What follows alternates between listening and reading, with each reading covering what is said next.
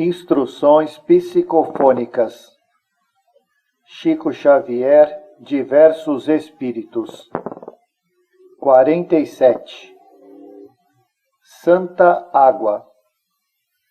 Rematando as nossas atividades, na reunião da noite de 3 de fevereiro de 1955, nosso grupo recebeu a visita do poeta Benedito Rodrigues de Abreu, desencarnado no estado de São Paulo, que recitou um original poema sobre a água. Santa Água. Recordemos as virtudes de Santa Água. Água da chuva que fervilha o solo. Água do mar que gera a vida. Água do rio que sustenta a cidade. Água da fonte que mitiga a sede. Água do orvalho que consola a secura. Água da cachoeira que move a turbina. Água do poço que alivia o deserto. Água do banho que garante o equilíbrio.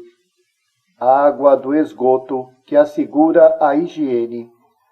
Água do lago que retrata as constelações.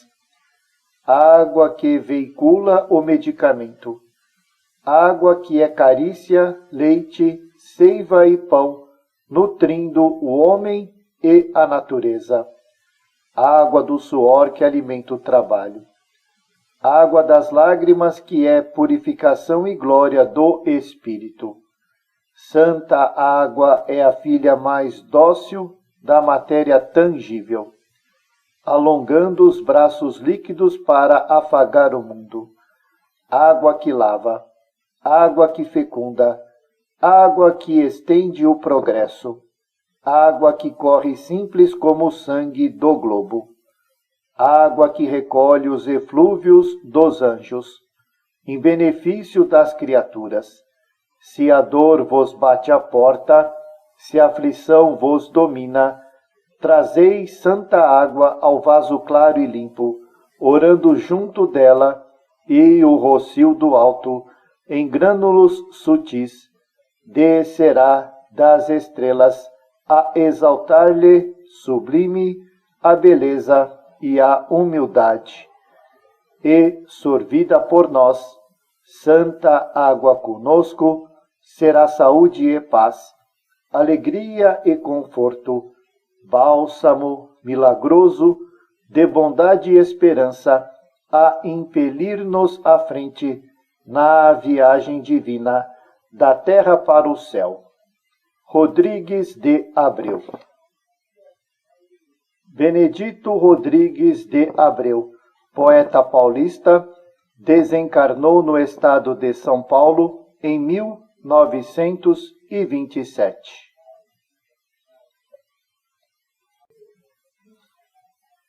Instruções psicofônicas. Chico Xavier, diversos espíritos. 48. No campo espírita. Pascoal Comandou-se foi abnegado companheiro da tarefa espírita em Belo Horizonte. Médium devotado ao bem, trabalhou quanto lhe foi possível em benefício dos semelhantes. Desencarnado há alguns anos, na capital mineira, foi ele o amigo espiritual que nos visitou no horário reservado às instruções, em nossa reunião da noite de 10 de fevereiro de 1955, encorajando-nos e alertando-nos na mensagem que vamos ler. Amigos, Jesus nos ampare. Em verdade, partilhamos no Espiritismo os júbilos de uma festa. Assemelhamo-nos a convivas, privilegiados num banquete de luz. Tudo claro, tudo sublime, No entanto, ninguém se iluda. Não somos trazidos à exaltação da gula. Fomos chamados a trabalhar. A terra de agora é a terra de há milênios.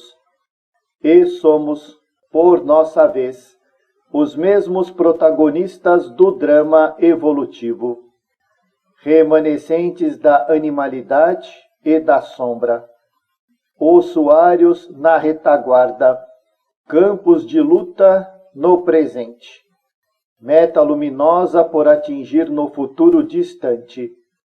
Somos almas transitando em roupagens diversas. Cada criatura renasce no planeta vinculada às teias do pretérito. Problemas da vida espiritual são filtrados no berço. E, por isso, na carne, somos cercados por escuros enigmas do destino, obsessões renascentes, moléstias congeniais, dificuldades e inibições, ignorância e miséria. Em todos os escaninhos da estrada, o serviço a desafiar-nos. Cristo em nós, reclamando-nos o esforço. A renovação mental rogando a renovação da existência.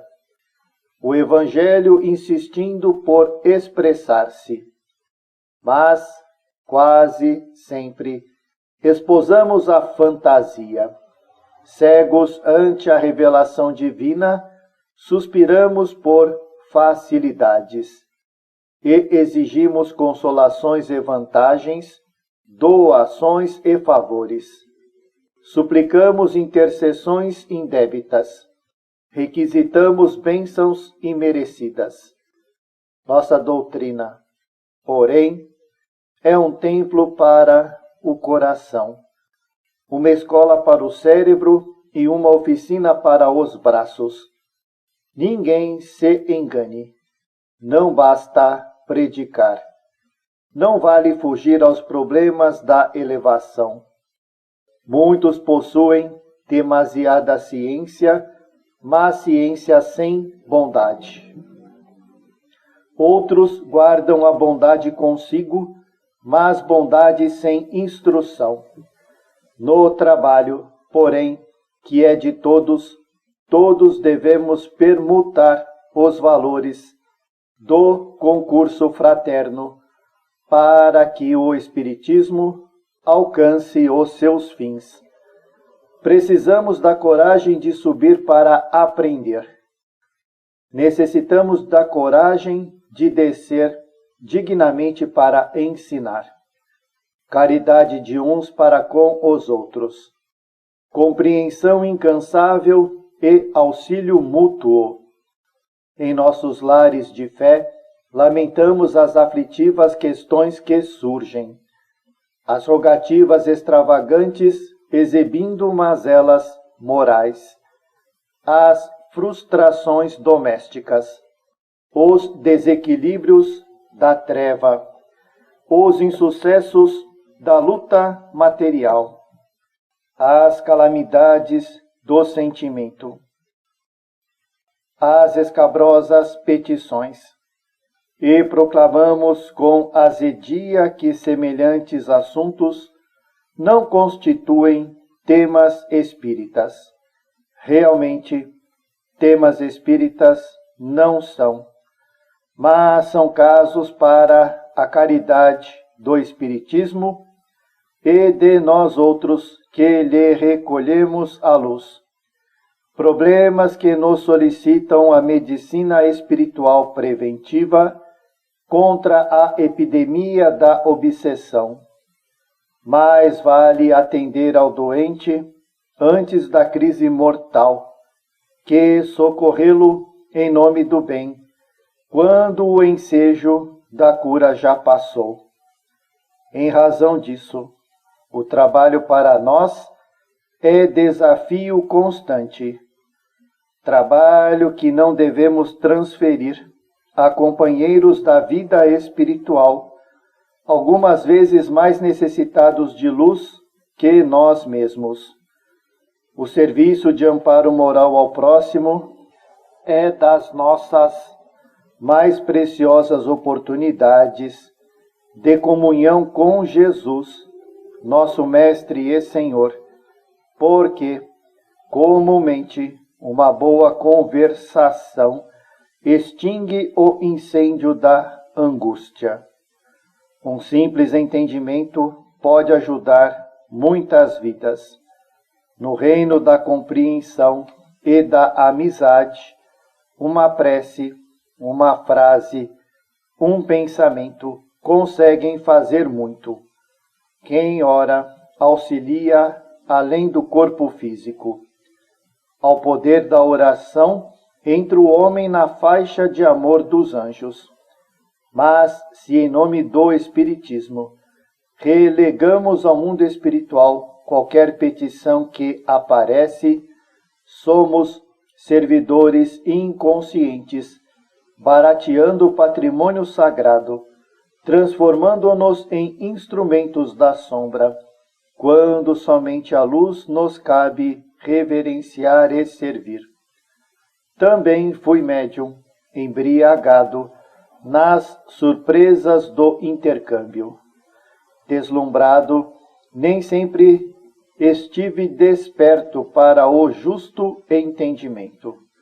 Por esse motivo, ainda sofro o assédio dos problemas que deixei insolúveis nas mãos dos companheiros que me buscavam solícitos. Ajudemos a consciência que nos procura, na procura do Cristo. Só Jesus é bastante amoroso e bastante sábio para solucionar os nossos enigmas. Formemos, assim, pequenas equipes de boa vontade em nossos templos de serviço, amparando-nos uns aos outros e esclarecendo-nos mutuamente. Assim como nos preocupamos no auxílio às crianças e aos velhos, aos famintos e aos nus, não nos esqueçamos do irmão desorientado que a guerra da treva espia. Doemos, em nome do Espiritismo, a esmola do coração e do cérebro, no socorro à mente enfermiça, porque se é grande a caridade que satisfaz aos requisitos do corpo, em trânsito ligeiro, divina é a caridade que socorre o espírito, infatigável romeiro da vida eterna. Pascoal Comandou-se, médium e espírita militante, desencarnou em Belo Horizonte. Instruções psicofônicas. Chico Xavier, Diversos Espíritos. 49.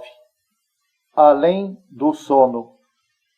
A nossa reunião na noite de 17 de fevereiro de 1955 foi assinalada por verdadeiro regozijo. É que, através dos recursos psicofônicos do médium, nosso grupo recebeu, pela primeira vez, a palavra direta do instrutor espiritual Calderaro. Abre parênteses, nota do organizador. Trata-se do instrutor espiritual a que se reporta André Luiz em seu livro No Mundo Maior, fecha parênteses, cuja presença nos sensibilizou muitíssimo. Em sua alocução, aborda alguns apontamentos alusivos à nossa conduta espiritual durante o sono físico. Estudo esse que consideramos de real valor para a nossa edificação. De passagem por nosso templo, rogo vênia para ocupar-lhes a atenção com alguns apontamentos ligeiros em torno de nossas tarefas habituais. Dia e noite, no tempo, simbolizam existência e morte na vida. Não há morte libertadora sem existência edificante. Não há noite proveitosa sem dia correto. Vocês não ignoram que a atividade espiritual da alma encarnada estende-se além do sono físico. No entanto, a invigilância e a irresponsabilidade, à frente de nossos compromissos, geram em nosso prejuízo, quando na Terra as alucinações hipnogógicas, toda vez que nos confiamos ao repouso. É natural que o dia mal vivido exija a noite mal assimilada. O espírito menos desperto para o serviço que lhe cabe, certamente encontrará, quando desembaraçado da matéria densa, trabalho imperioso de reparação a executar. Por esse motivo, grande maioria de companheiros encarnados gasta as horas de sono exclusivamente em esforço compulsório de reajuste. Mas, se o aprendiz do bem atende à solução dos deveres que a vigília lhe impõe, torna-se, como é justo, além do veículo físico, precioso auxiliar nas realizações da esfera superior. Convidamos, assim, a vocês, tanto quanto a outros amigos a quem nossas palavras possam chegar, a tarefa preparatória do descanso noturno, através do dia retamente aproveitado, a fim de que a noite constitua uma província de reencontro das nossas almas em valiosa conjugação de energias, não somente a benefício de nossa experiência particular, mas também a favor dos nossos irmãos que sofrem. Muitas atividades podem ser desdobradas com a colaboração ativa de quantos ainda se prendem ao instrumento carnal, principalmente na obra de socorro aos enfermos que enxameiam por toda parte. Vocês não desconhecem que quase todas as moléstias rotineiras são doenças da ideia, centralizadas em coagulações de impulsos mentais, e somente ideias renovadoras representam remédio decisivo. Por ocasião do sono, é possível a ministração de amparo direto e indireto às vítimas dos labirintos de culpa e das obsessões deploráveis, por intermédio da transfusão de fluidos e de raios magnéticos, de emanações vitais e de sugestões salvadoras que, na maior parte dos casos, somente os encarnados, com a assistência da vida superior, podem doar a outros encarnados. E benfeitores da espiritualidade vivem a postos, aguardando os enfermeiros de boa vontade, samaritanos da caridade espontânea, que, superando inibições e obstáculos, se transformem em cooperadores diligentes na extensão do bem. Se vocês desejam partilhar semelhante concurso, dediquem alguns momentos à oração cada noite, antes do mergulho no refazimento corpóreo. Contudo, não basta a prece formulada só por só. É indispensável que a oração tenha bases de eficiência no dia bem aproveitado, com abstenção da irritabilidade, esforço em prol da compreensão fraterna, deveres irrepreensivelmente atendidos, bons pensamentos, respeito ao santuário do corpo, solidariedade e entendimento para com todos os irmãos do caminho e, sobretudo, com a calma que não chegue à ociosidade, com a diligência que não atinja a demasiada preocupação, com a bondade que não se torne exagero afetivo e com a retidão que não seja aspereza contundente.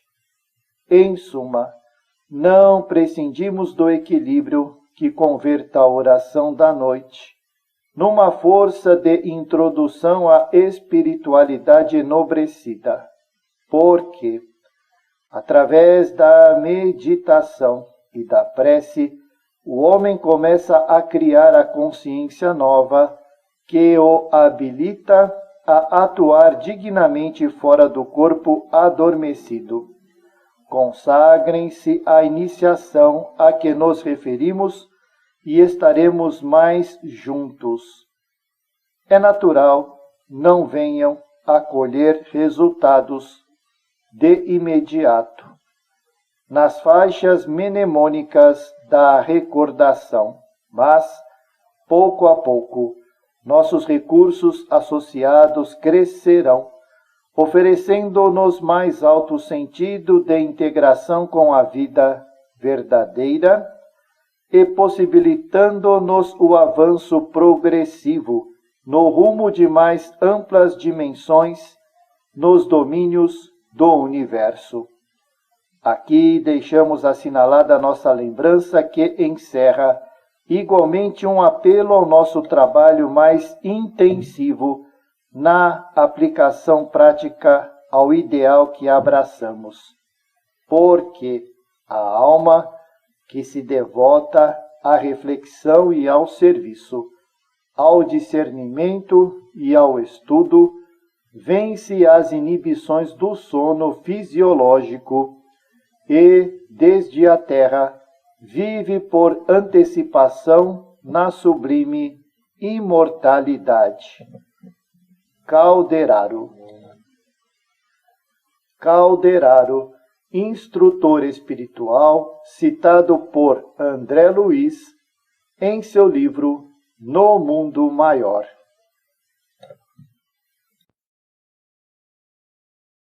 Instruções psicofônicas. Chico Xavier, Diversos Espíritos. 50. Observação oportuna.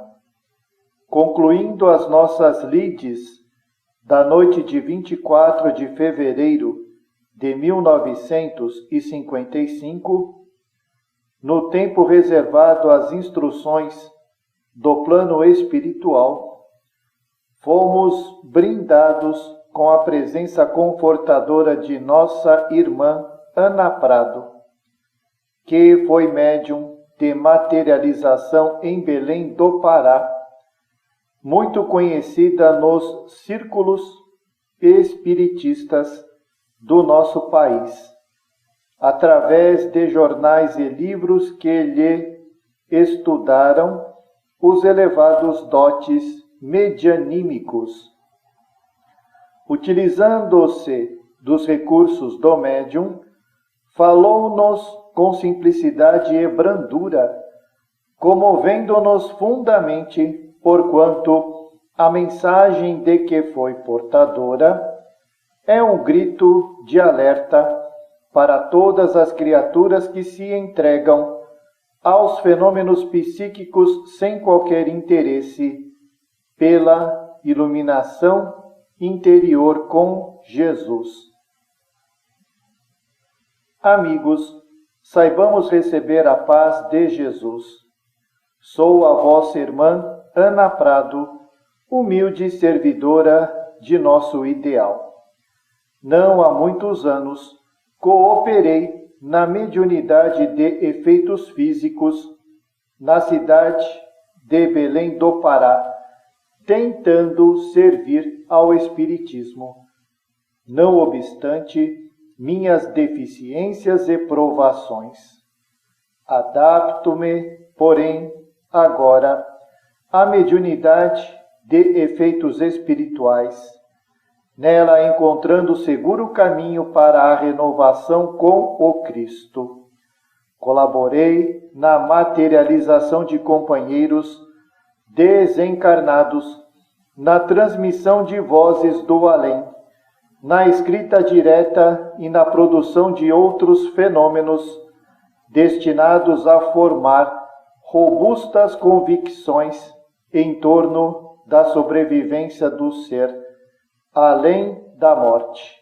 No entanto, ao redor da fonte de bênçãos que fluía incessante junto de nossos corações deslumbrados, não cheguei a ver o despertar do sentimento para o Cristo, único processo capaz de assegurar à nossa redentora doutrina o triunfo que ela merece na regeneração de nós mesmos.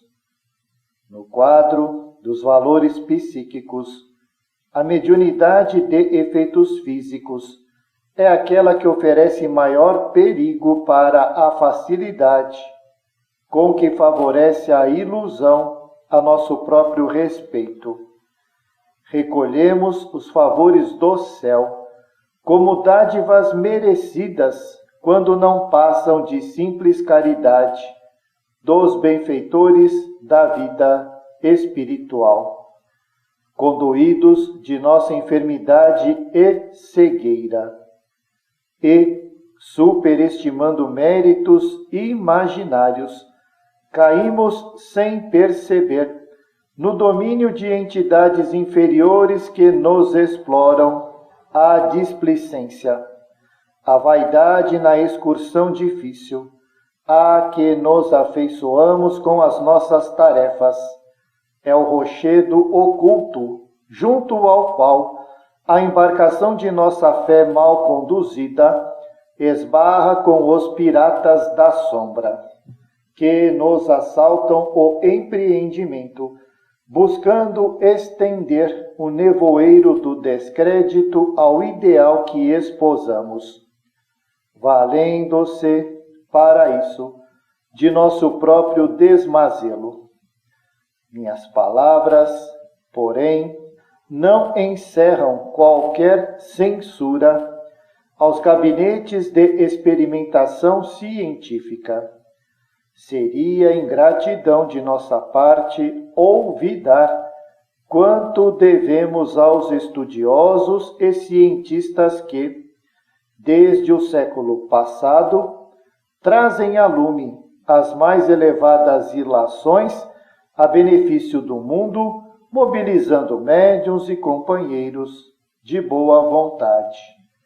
Minha singela observação reporta-se apenas à profunda significação do serviço evangelizador em nosso intercâmbio, porque o sofrimento, a ignorância, a irresponsabilidade, os problemas de toda a espécie e os enigmas de todas as procedências constituem o ambiente comum da Terra, perante o qual a mediunidade de efeitos espirituais deve agir, renovando o sentimento e abordando o coração, para que o raciocínio não pervague, ocioso e inútil, à mercê dos aventureiros das trevas que tantas vezes intentam dificuldades para os veneráveis supervisores de nossas realizações.